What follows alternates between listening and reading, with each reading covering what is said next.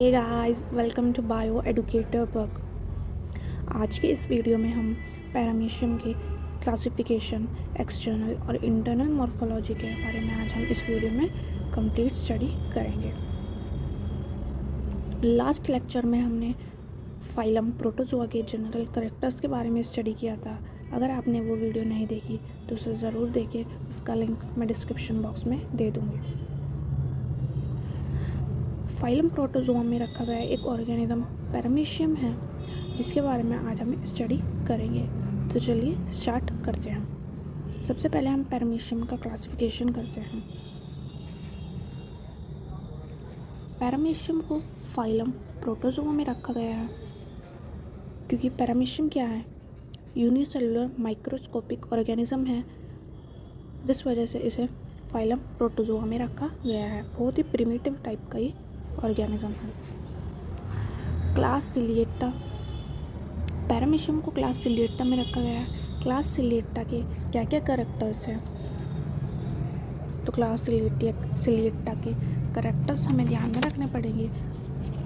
इनकी बॉडी पर क्या प्रेजेंट रहता है, सीलिया प्रेजेंट रहते हैं जो कि लोकोमोशन में हेल्प करते हैं, और इनकी बॉडी में दो न्यूक्लियाई प्रेजेंट होते हैं, माइक्रो न्यूक्लियाई और मैक्रो न्यूक्लियाई, जिस वजह से इसे क्लास सिलिएटा में रखा गया है। क्लास सिलिएटा के हमें कैरेक्टर्स ध्यान में रखने हैं। क्या कैरेक्टर्स हैं क्लास सिलिएटा के, इनकी बॉडी पर क्या प्रेजेंट रहेंगे, सीलिया, नेम से ही हम देख सकते हैं सिलिएटा, सीलिया, इनकी बॉडी पर क्या प्रेजेंट रहेंगे, सीलिया प्रेजेंट रहेंगे, जो कि इनके फीडिंग और लोकोमोशन दोनों में हेल्प करते हैं। सब क्लास होलोट्रिका, पैरामीशियम को सब क्लास होलोट्रिका में रखा गया है। होलोट्रिका के क्या कैरेक्टर्स है, फर्स्ट कैरेक्टर है इसका, इनकी जो बॉडी है उस पर यूनिफॉर्म सीलिया प्रेजेंट रहेगी। यूनिफॉर्म मतलब एक जैसे, सभी का शेप कैसा होएगा, एक जैसा होएगा, सेम होंगे सभी के सभी सीलिया, बट जो बक्कल है, बक्कल कैविटी है, उस पर सीलिया क्या रहेंगे, एब्सेंट रहेंगे। ये सब क्लास होलोट्रिका के कैरेक्टर्स हैं। ऑर्डर हाइमेनोस्टोमेटिडा में रखा है पैरामीशियम को। हाइमेनोस्टोमेटिडा के क्या कैरेक्टर्स हैं, इसकी जो बॉडी है वो क्या रहे, स्मॉल है, प्रिमिटिव है, स्मॉल टाइप की है, इसे हम क्या करें, माइक्रोस्कोप में ही देख सकते हैं। ये क्या है, ऑर्डर हाइमेनोस्टोमेटिडा का कैरेक्टर है। And the genus is paramecium, genus क्या है, पैरामीशियम, जिसके बारे में आज हम स्टडी करेंगे। नेक्स्ट है उसके एक्सटर्नल स्ट्रक्चर। पैरामीशियम के एक्सटर्नल स्ट्रक्चर में फर्स्ट आता है size, shape and size. Paramecium is unicellular microscopic organism. Paramecium क्या है, एक यूनिसेलुलर, एक कोशिका से मिलकर बनी है इसकी बॉडी, और माइक्रोस्कोपिक ऑर्गेनिज्म है, इसे माइक्रोस्कोप में ही हम देख सकते हैं। Size varies in different species being 170 micron to 290 micron in paramecium caudatum. इनका जो साइज़ है डिफरेंट स्पीशीज़ में क्या वेरी करता रहता है, चेंज होता है। एक स्पीशीज़ है पैरामीशियम कोडेक्टम, जिसमें इसका साइज़ क्या है, 170 माइक्रोन से 290 माइक्रोन के बीच में होता है। It is an elongated slipper shaped animal and is commonly referred as slipper animalcule. इसकी बॉडी कैसी है, इलोंगेटेड है, स्लीपर शेप्ड है, कि जो बॉडी है स्लीपर के आकार की दिखाई देती है, जिस वजह से हम इसे क्या कहते हैं, स्लीपर एनिमल्क्यूल भी कहते हैं। इट्स बॉडी इज़ एसिमेट्रिकल, इसकी जो बॉडी है एसिमेट्रिकल, सिमेट्री को शो करती है। एसिमेट्रिकल मतलब अगर हम इसकी बॉडी को बीच से कट करेंगे तो लेफ्ट वाला पार्ट राइट वाले पार्ट के इक्वल नहीं होगा, तो इस टाइप की सिमेट्री को कहते हैं, एसिमेट्री कहते हैं। The anterior end is rounded and the posterior end is thick and cone shaped। इसका जो पैरामीशियम है, इसका जो एंटीरियर एंड है वो कैसा होता है, राउंडेड होता है, बट जो पोस्टीरियर एंड है, पीछे वाला पार्ट जो है वो कैसा होता है, कोन शेप्ड होता है।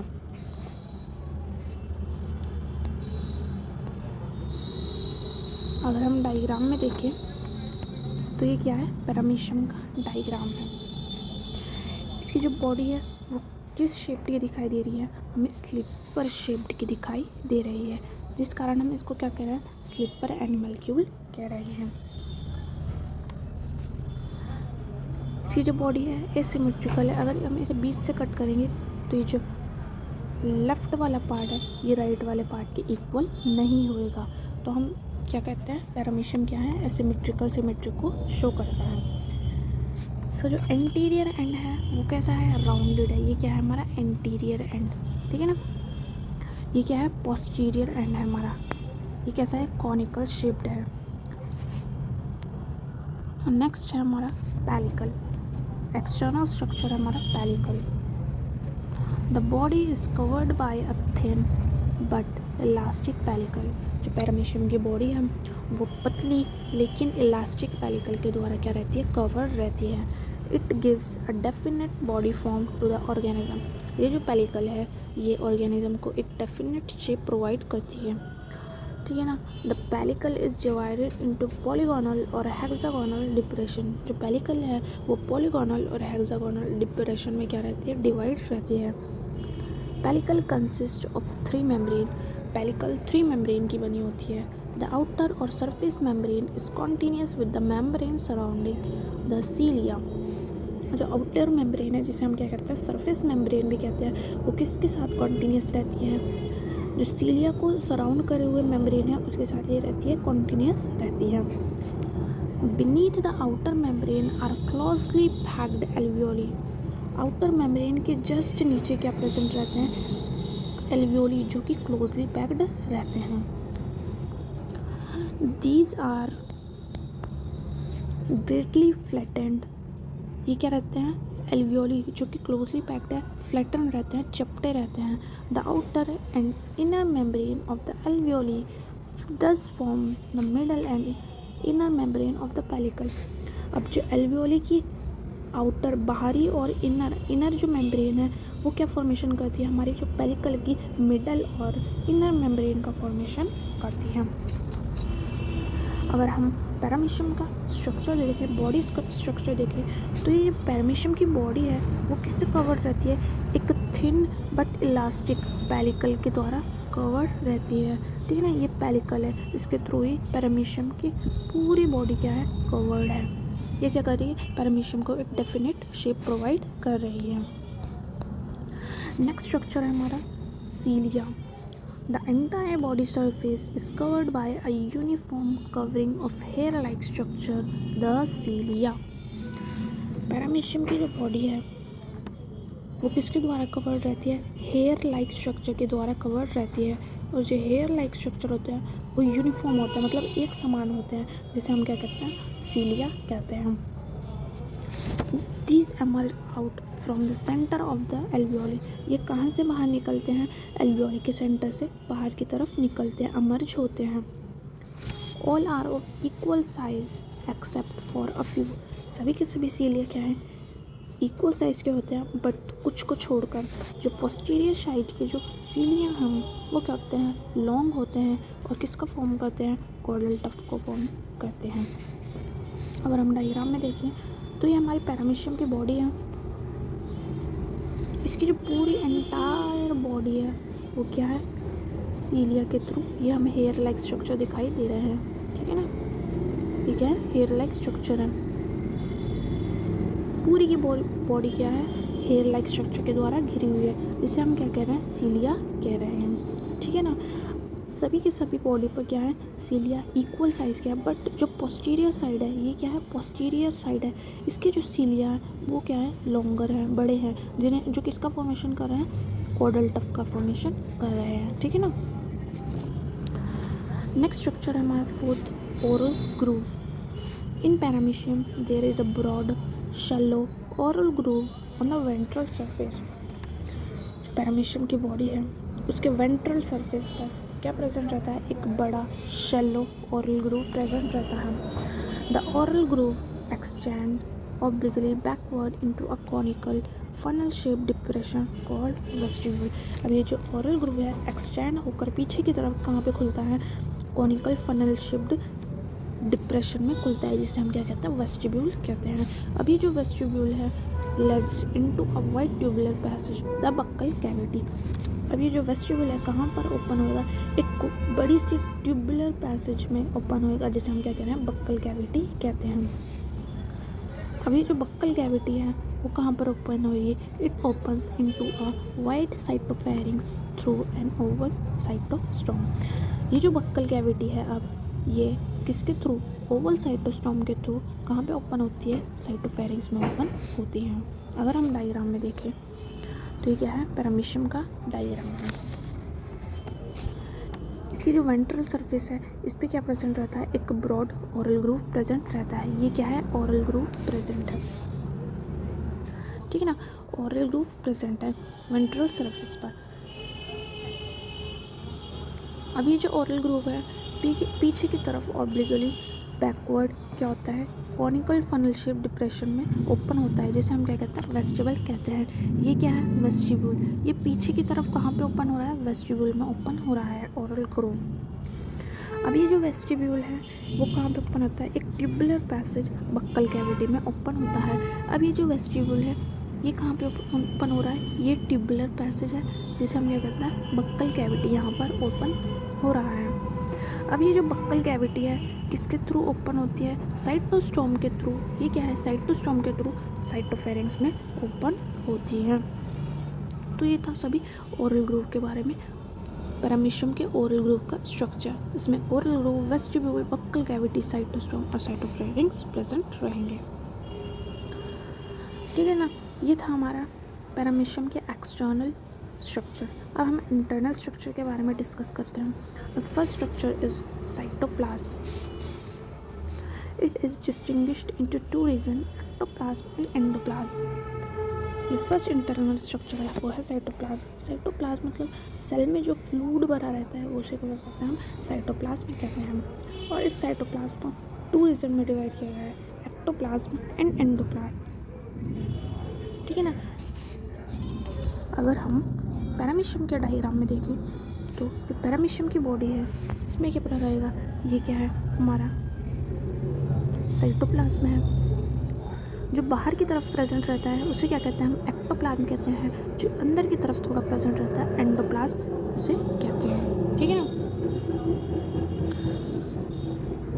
Ectoplasm it is narrow dense zone. ये कहते हैं नैरो होता है और घना जोन होता है। It includes infraciliary system and trichocyst. Ectoplasm में क्या क्या इंक्लूड रहते हैं? इंफ्रासिलियरी सिस्टम और ट्रिकोसिस्ट इसमें प्रेजेंट रहती हैं। फर्स्ट जो है infraciliary system, it consist of basal bodies, kinetosome and kinetodesmata located just beneath the alveoli in the ectoplasm। Infraciliary system में क्या क्या प्रेजेंट रहते हैं? बेसल बॉडीज जिसे हम क्या कहते हैं? काइनेटोस्टोम भी कहते हैं, और काइनेटोडस्मेटा प्रेजेंट रहते हैं, जो कि किसके नीचे प्रेजेंट रहता है? Beneath the alveoli. एल्वियोली के जस्ट बीनीथ में ये प्रेजेंट रहते हैं एक्टोप्लाज्म में। अगर हम डायग्राम में देखें, अगर आप इसके डायग्राम को अच्छे से समझ लेंगे तो आपको सब में समझ में आ जाएगा सब किससे रिलेटेड है, इसके डायग्राम से रिलेटेड है। तो जब भी बार बार मैं डायग्राम पे फोकस कर रही हूँ तो आप डायग्राम को देख कर ही सब कुछ अच्छे से समझ सकते हैं। तो ये क्या है? एक्टोप्लाज्म। एक्टोप्लाज्म में क्या प्रेजेंट है? इंफ्रासिलियरी सिस्टम और ट्रिकोसिस्ट प्रेजेंट है, ठीक है ना। ये क्या है? हमारी ट्रिकोसिस्ट प्रेजेंट है। यहीं पर क्या प्रेजेंट रहेंगे? इंफ्रासिलियरी सिस्टम, काइनेटोडस्मेटा, काइनेटोस्टोम, ठीक है ना। ये सभी यहाँ पर प्रेजेंट रहेंगे।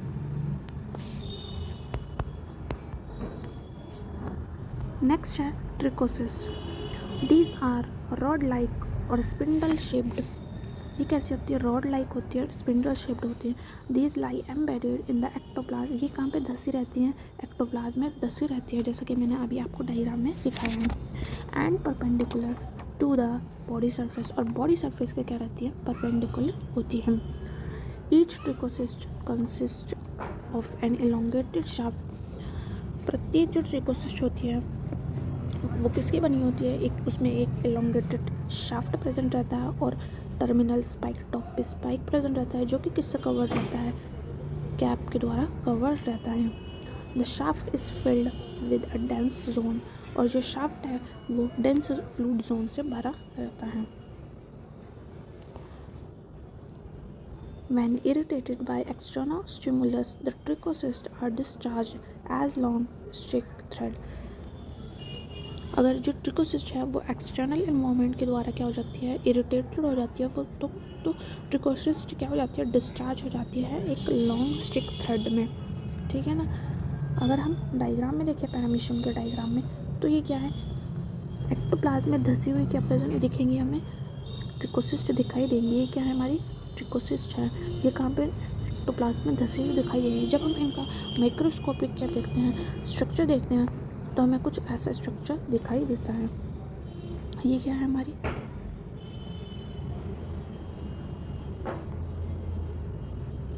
ऊपर की तरफ टर्मिनल क्या है, स्पाइक प्रेजेंट है जो कि कैप के द्वारा कवर्ड है। नीचे क्या है, शाफ्ट है, ये शाफ्ट, और इसमें क्या प्रेजेंट है, स्वेलिंग सब्सटेंस फील्ड है, ठीक है ना। अगर ये जो ट्रिकोसिस्ट है एक्सटर्नल इन्वायरमेंट के द्वारा डिस्चार्ज हो जाती है, तो ये इसमें क्या हो जाती है, चेंज हो जाती है, एक लॉन्ग स्टिक में चेंज हो जाती है। तो ये डायग्राम किसका है, हमारा ये डायग्राम है अनडिस्चार्ज ट्रिकोसिस्ट है। और जब ये डिस्चार्ज हो जाती है तो ये इसमें चेंज हो जाती है, ठीक है ना। Once discharge the trichocyst can not be withdrawn. अगर एक बार जो हमारी ट्रिकोसिस्ट डिस्चार्ज हो गई, वो दोबारा से उसे विदड्रॉन नहीं कर सकते। They are replace by new one. अब जो डिस्चार्ज हो गई ट्रिकोसिस्ट, वो नई ट्रिकोसिस्ट के द्वारा क्या आएगी, रिप्लेस्ड होएगी।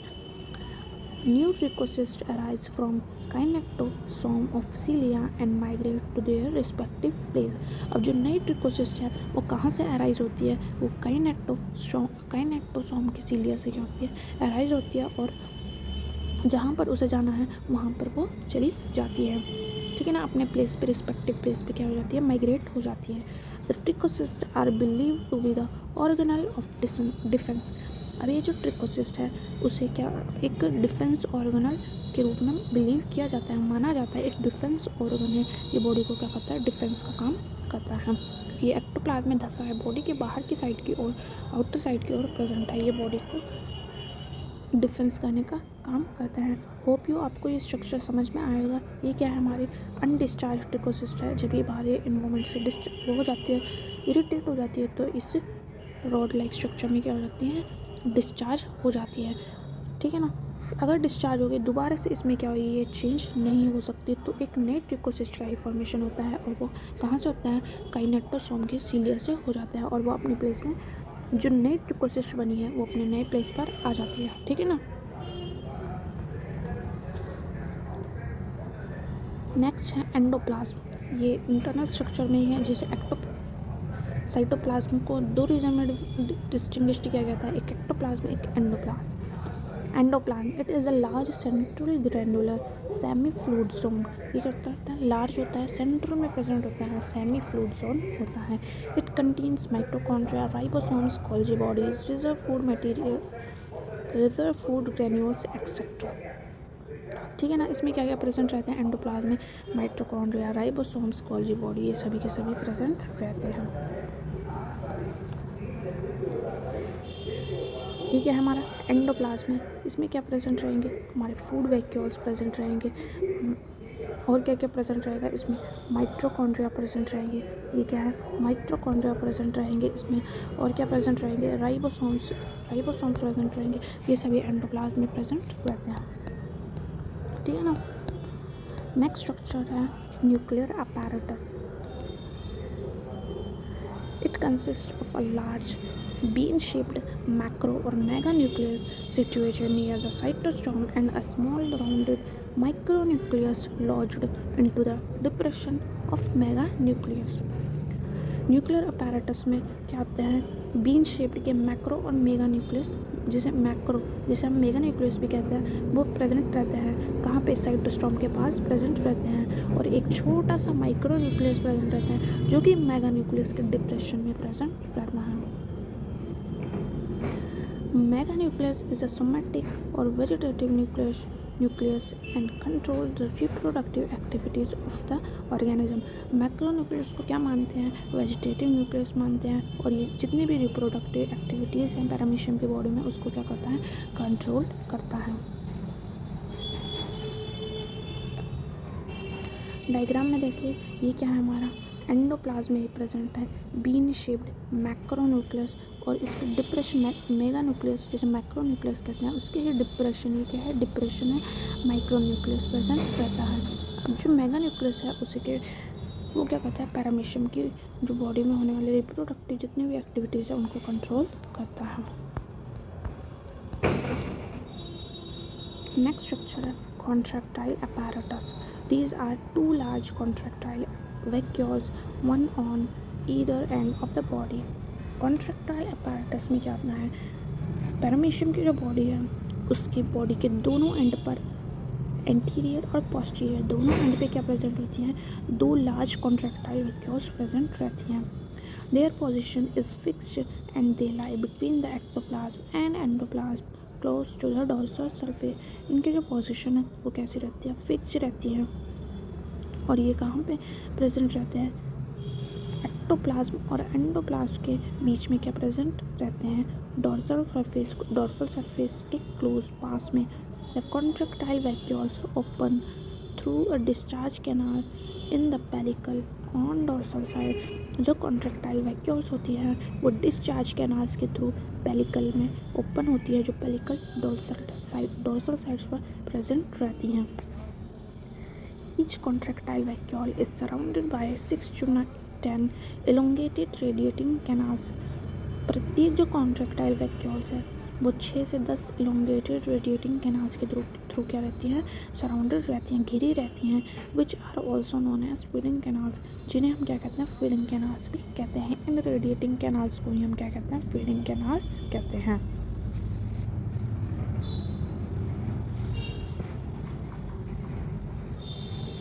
ये क्या है, पैरामीशियम की बॉडी, हम इसकी जो ईदर साइड पर बॉडी के वन ऑन ईदर साइड पर प्रत्येक साइड पर क्या प्रेजेंट है, दो लार्ज क्या है कॉन्ट्रैक्टाइल वैक्यूल प्रेजेंट है, एक एंटीरियर एंड पर और एक है पोस्टीरियर एंड पर प्रेजेंट है।